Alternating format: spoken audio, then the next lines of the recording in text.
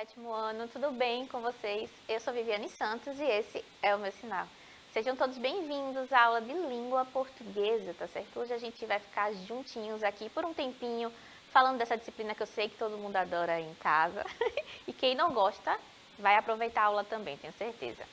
Eu estou aqui acompanhada do nosso querido intérprete de Libras, Everton. Seja muito bem-vindo, Everton. Ele vai fazer a tradução para a língua brasileira de sinais, tornando essa aula muito mais acessível a todo mundo que está aí em casa.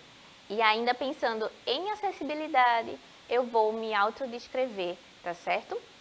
Eu sou uma mulher negra, de cabelos escuros, curtos, cacheados, tenho olhos escuros, uso óculos arredondados, estou em pé aqui diante da câmera, tenho uma televisão ao meu lado direito, onde passarão os slides da aula de hoje, e eu visto uma calça preta e uma blusa laranja, tá certo? Hoje a gente faz um caminho muito legal sobre um gênero textual que eu gosto bastante, eu tenho certeza que aí em casa deve ter gente que gosta também, que é a crônica, tá certo? E para começar a pensar sobre esse gênero textual específico, a gente vai começar com a leitura de uma crônica do Rubem Braga, denominada Mar. Então, a gente vai fazer a leitura lenta dessa crônica para entender o que é que a gente consegue tirar dela de inferências, de referências, de aprendizado, né, de confabulações que o narrador faz ali na narrativa. E vamos embora, vamos fazer a leitura. A primeira vez que vi o mar, eu não estava sozinho. Estava no meio de um bando enorme de meninos.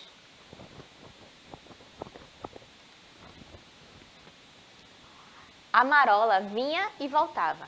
A maré enchia e vazava. O mar às vezes tinha espuma e às vezes não tinha. Isso perturbava ainda mais a imagem. 3 lagoas mexendo, esvaziando e enchendo, com uns rios no meio. Às vezes uma porção de espumas. Tudo isso muito salgado, azul, com ventos. Então aqui a gente tem a primeira reflexão e encontro do protagonista com o mar especificamente. Então a gente tem uma reflexão inicial do que ele via quando encontrava o mar.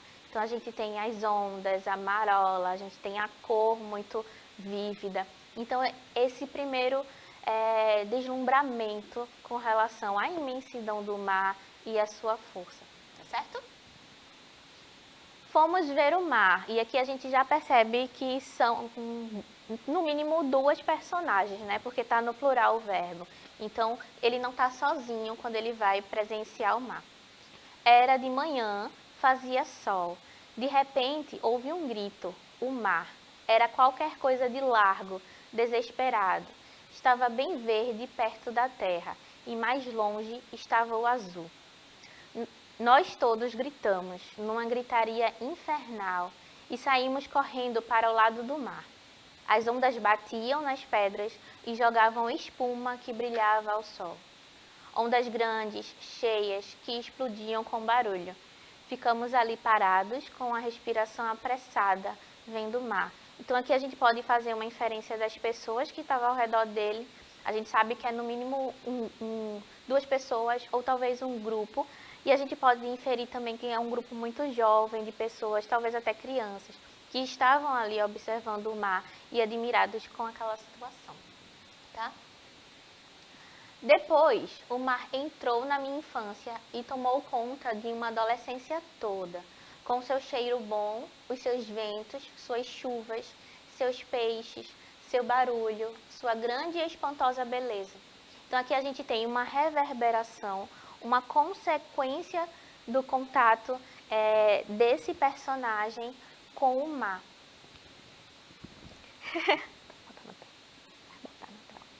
E a gente tem uma consequência disso. Então ele começa a sentir o contato com o mar na adolescência. Então ele consegue sentir o cheiro, e que esse cheiro era muito bom porque trazia boa memória.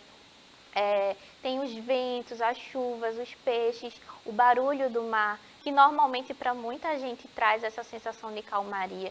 Então a gente tem todo um desdobramento sensorial dos sentidos que são aflorados através desse contato da personagem com esse ambiente externo, com a natureza, certo? Vamos continuar a leitura do conto. Um menino de calças curtas, pernas queimadas pelo sol, cabelos cheios de sal, chapéu de palha. Um menino que pescava e que passava horas e horas dentro da canoa, longe da terra, atrás de uma bobagem qualquer, como aquela ciânia de franjas azuis que boiava e afundava, e que afinal queimou a sua mão. A gente tem um bichinho aí que queima a pele quando entra em contato.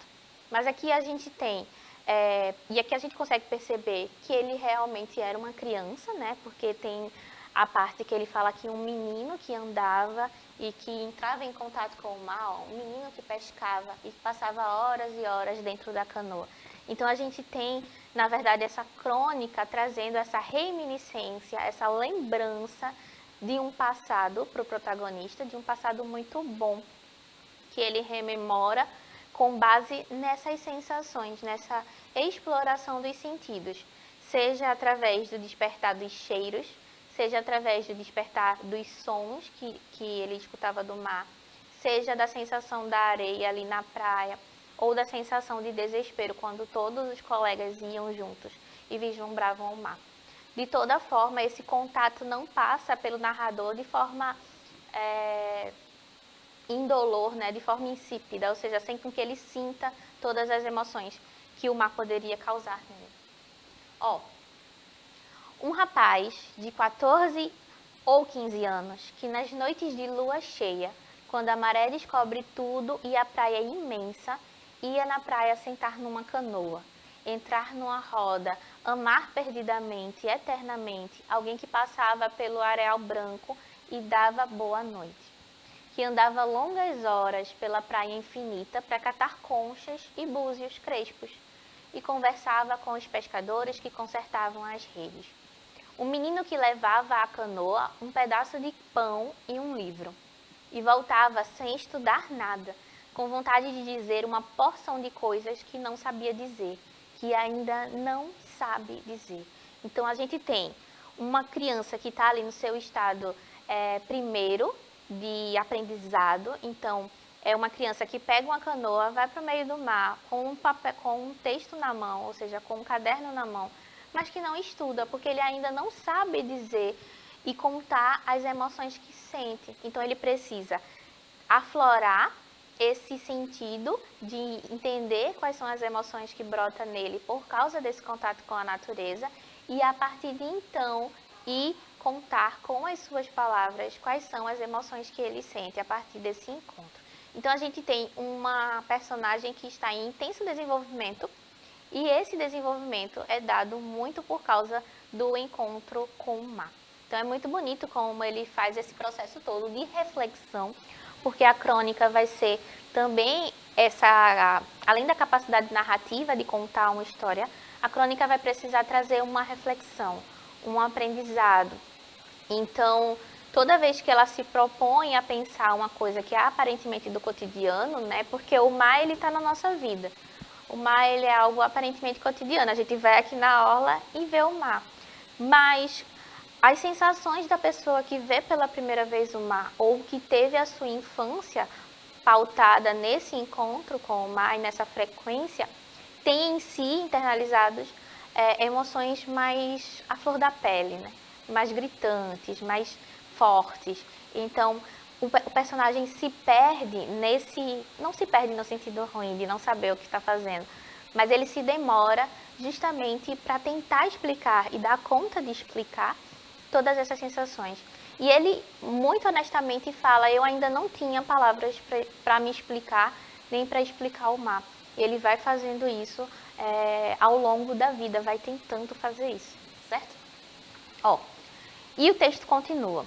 Mar maior que a terra, mar do primeiro amor, mar da primeira viagem, mar da gritaria dos meninos, mar dos pobres pescadores de Maratingas, mar das cantigas do Catambá, mar das festas, mar do terrível daquela morte que nos assustou, mar das tempestades de repente, mar do alto e mar da praia, mar da pedra e mar do mangue, A primeira vez que saí sozinho numa canoa, parecia ter montado num cavalo bravo e bom.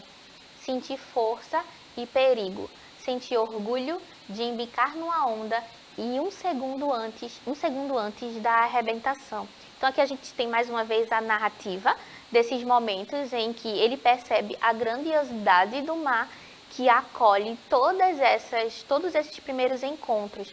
Então você tem o mar da primeira viagem que ele faz em seu espaço, em seu território. O mar do primeiro amor, já que muito provavelmente ele presenciou e viveu a sua vida na infância muito perto do mar. Então ele fez parte dessa história também. Mar da gritaria dos meninos, então da companhia dos amigos que havia por perto, sejam esses meninos familiares ou não. Então tudo isso, todas essas primeiras vezes, a ida dos pescadores atrás de peixe, o mar presenciou. Então ele não é simplesmente grandioso por causa do seu tamanho, por causa da sua extensão, ou por causa da quantidade de vida que há naquele mar. Que é muito, né? Se a gente pensar em todos os animais, em todas as plantas aquáticas, o mar é muito misterioso, muito profundo e muito rico. Mas ele é também grandioso por causa da sua memória, por causa da participação do mar em todos esses momentos da vida do protagonista. Então ele assume essa característica de ser quase um personagem para essa história específica, né? Ele se torna um ser complexo por estar em todos esses momentos. Então, se o mar pudesse falar e contar a sua versão da história sobre esse encontro com o personagem principal, por exemplo, o que ele diria, né? A gente sempre pode pensar nessas outras possibilidades narrativas. Nessa crônica, especificamente, não há uma exploração do que o mar diria para o menino de volta, a gente tem apenas o ponto de vista do protagonista e essa reflexão sobre no que nele o mar foi importante e tocou a sua vida. Certo? Pronto, e aqui ele fala sobre o primeiro momento em que ele mergulhou, em que ele sentiu que tinha algum controle sobre a sua vida dentro do mar. Então, quando ele mergulha antes da arrebentação, é também uma experiência que ele guarda muito profundamente dentro de si. Simbora continuar o conto, vai. A crônica, né? A primeira vez que estive quase morrendo afogado, quando a água batia na minha cara e a corrente do arrieiro me puxava para fora, não gritei nem fiz gestos de socorro. Lutei sozinho, cresci dentro de mim mesmo. Mar suave e oleoso, lambendo o batelão. Mar dos peixes estranhos, mar virando a canoa, mar das pescarias noturnas de camarão para isca. Mar diário e enorme, ocupando toda a vida. Uma vida de bamboleio de canoa, de paciência, de força, de sacrifício sem finalidade, de perigo sem sentido, de lirismo, de energia, grande e perigoso mar, fabricando um homem. Então aqui a gente tem a percepção do nosso protagonista de quão perigoso e quão forte era o mar. Não havia como ganhar do mar, né? Não havia como suplantá-lo, você precisava aprender a conviver com ele. E para o nosso protagonista especificamente, o mar foi também moldando o seu caráter, né, de homem, moldando a sua postura diante da vida. Então, diante da primeira vez em que ele quase se afogou no mar, é o momento em que o personagem percebe que ele precisa ter cautela diante dessa imensidão e que precisa dialogar com o mar de forma muito honesta, de forma a não se perder no caminho. Então, é uma relação de respeito com o mar, de medo também, por saber que ele é grandioso, que ele é mais forte do que o protagonista e que ele habita toda a vida. Então, a vida que comporta o mar, então você tem os animais, você tem, né, peixes, tubarões, baleias, plantas aquáticas, mas o mar também permeia a vida do próprio personagem. Então, ele cresce e o mar está consigo, né, participando da sua vida. Este homem esqueceu o grande mar. Muita coisa que aprendeu contigo. Perceba que aqui a gente já tem a transição. A gente começa a história com um menino que estava ali de frente para o mar, presenciando o que ele poderia dar para ele de bom, ou aprendendo a respeitar o mar. E aqui a gente já tem a transição para um personagem adulto. Então, este homem esqueceu o grande mar. E aqui eu tenho um sintoma de respeito diante do mar, né? muita coisa que aprendeu contigo. Então pode ser que ele tenha passado um tempo afastado do mar, que agora ele reencontra. Este homem tem andado por aí, ora aflito, ora chateado, disperso, fraco, sem paciência, mais corajoso que audacioso, incapaz de ficar parado e incapaz de fazer qualquer coisa, gastando-se como se gasta um cigarro. Este homem, volta lá, este homem esqueceu muita coisa, mas há muita coisa que ele aprendeu contigo e que não esqueceu. E aí ele volta para esse tempo da infância, né? O que é que ele não esqueceu diante do mar? Que ficou obscuro e forte dentro dele, no seu peito. Mar, este homem pode ser mau filho, mas ele é teu filho. É um dos teus, e ainda pode comparecer diante de ti gritando, sem glória, mas sem remorso, como naquela manhã em que ficamos parados, respirando depressa, perante as grandes ondas que arrebentavam. Um punhado de meninos vendo pela primeira vez o amor. E aí fala também, essa crônica é de Rubem Braga, o autor, e aqui a gente tem uma declaração de amor. Uma declaração de amor a esse mar tão voluntarioso, tão perfeito, tão forte e que ensinou muitas coisas para o menino. Então o mar foi uma espécie de, talvez pai, talvez orientador, né? Algo que ensinou para o menino muitas coisas e que ele pode ter desaprendido ao longo da vida, justamente pelas outras vivências, por ter ido para outro lugar, por ter se afastado do mar, mas que algumas coisas que foram ensinadas jamais serão esquecidas. E é isso que o personagem vem contar para o mar de forma muito saudosista. Olha, eu estou aqui depois de tanto tempo, esqueci algumas coisas, lembro de outras, mas de toda forma a sua existência tocou a minha vida. Então é um texto bastante complexo e de uma leitura um pouco mais lenta, né? Porque a gente precisa se atentar a todos os detalhes, mas é um texto muito bonito que vai falar sobre a nossa relação com a própria natureza, com as coisas com que aprendemos, né? O que nós aprendemos observando a natureza funcionar e como nós interagimos com ela em vários níveis diferentes. A gente sempre acha que para aprender uma coisa a gente precisa ser ensinado de alguém ou ter alguém para ensinar a gente, quando na verdade a natureza, o planeta, os animais, eles também ensinam coisas a gente. Então essa crônica é um bom reflexo desse novo olhar diante da natureza. E a crônica, ela é muito responsável por esse novo olhar, por essa perspectiva diferente que as narrativas tradicionais, né, aí o romance, o conto, ele não tem necessariamente a obrigação de fazer.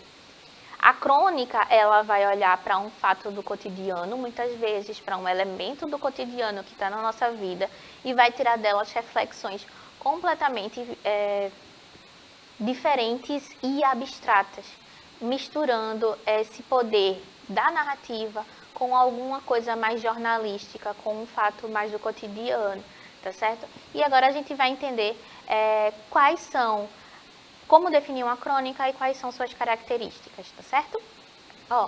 A crônica é um tipo de texto que chama a atenção pelo seu tom mais leve, muitas vezes irônico e humorístico, prendendo a atenção do leitor por contar a história de forma rápida e sem grandes detalhamentos. Nessa crônica especificamente, a gente ainda até tem um detalhamento maior com relação ao que é contado, ao que aconteceu, as expressões e emoções que o protagonista sente.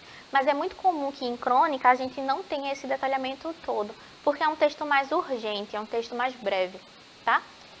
Sobre as características, a gente trata de assuntos contemporâneos, então a crônica ela não vai buscar lá no passado assuntos para tratar por hora, tá certo? Ela precisa ter um certo tom aí de falar com o meu público atual, certo? Ela utiliza a linguagem simples e coloquial.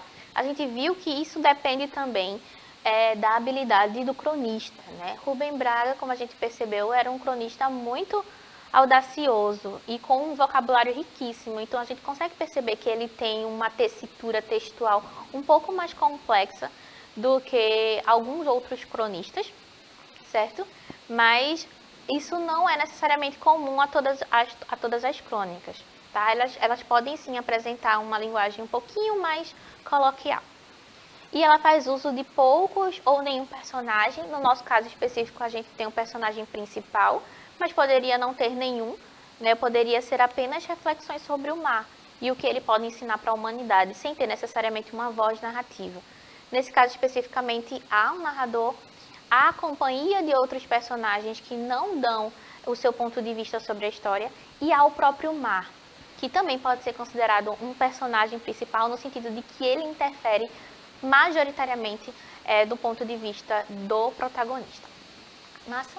O que mais? A gente pode ter um tom irônico ou humorístico na crônica, depende muito da intenção do cronista na hora de fazê-la.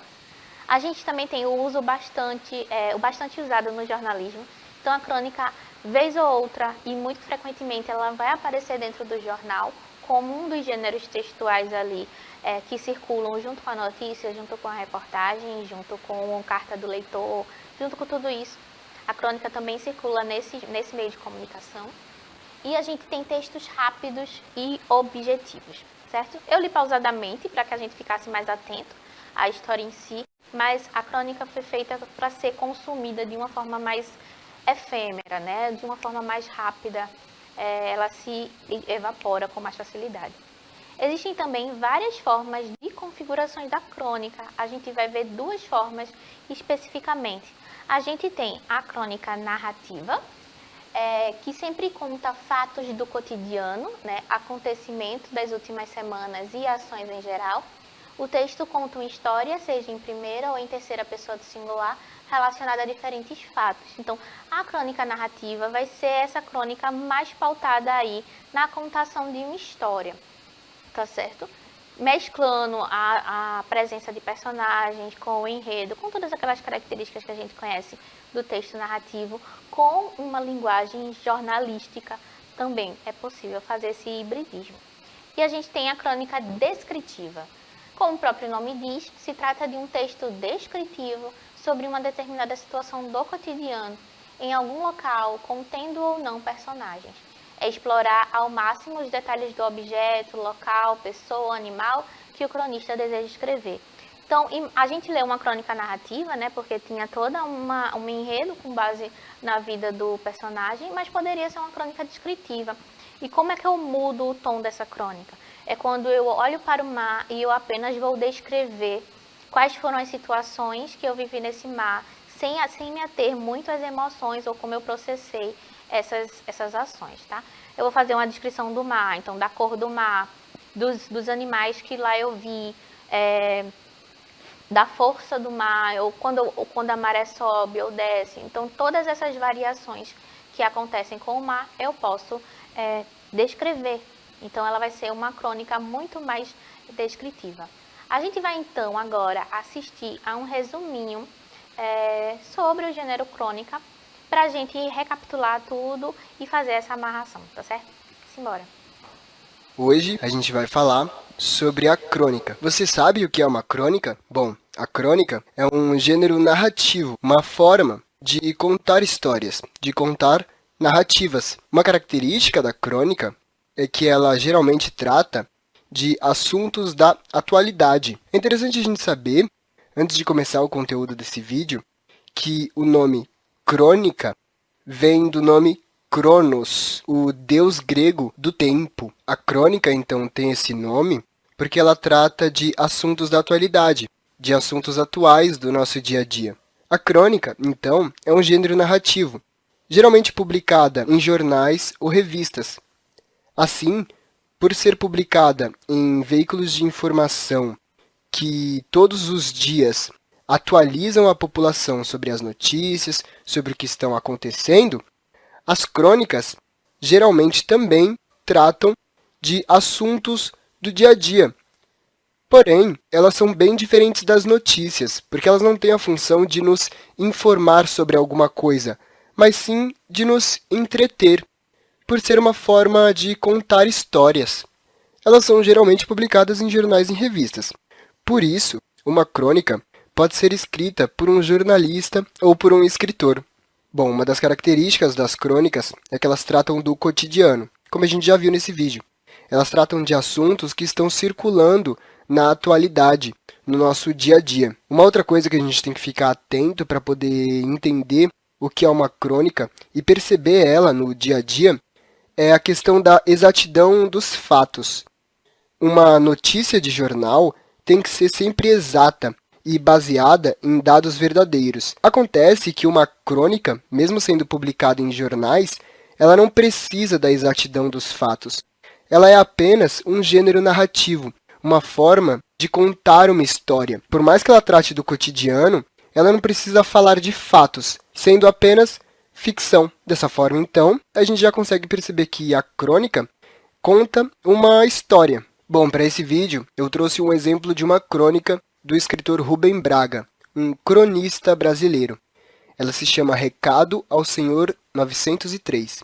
Vamos ler ela e depois tentar encontrar as características que fazem dela uma crônica, tudo bem? Ela começa assim. Recado ao Senhor 903. Vizinho, quem fala aqui é o homem do 1003. Recebi outro dia a visita do zelador, que me mostrou a carta em que o senhor reclamava contra o barulho em meu apartamento. Recebi depois a sua própria visita pessoal e a sua veemente reclamação verbal.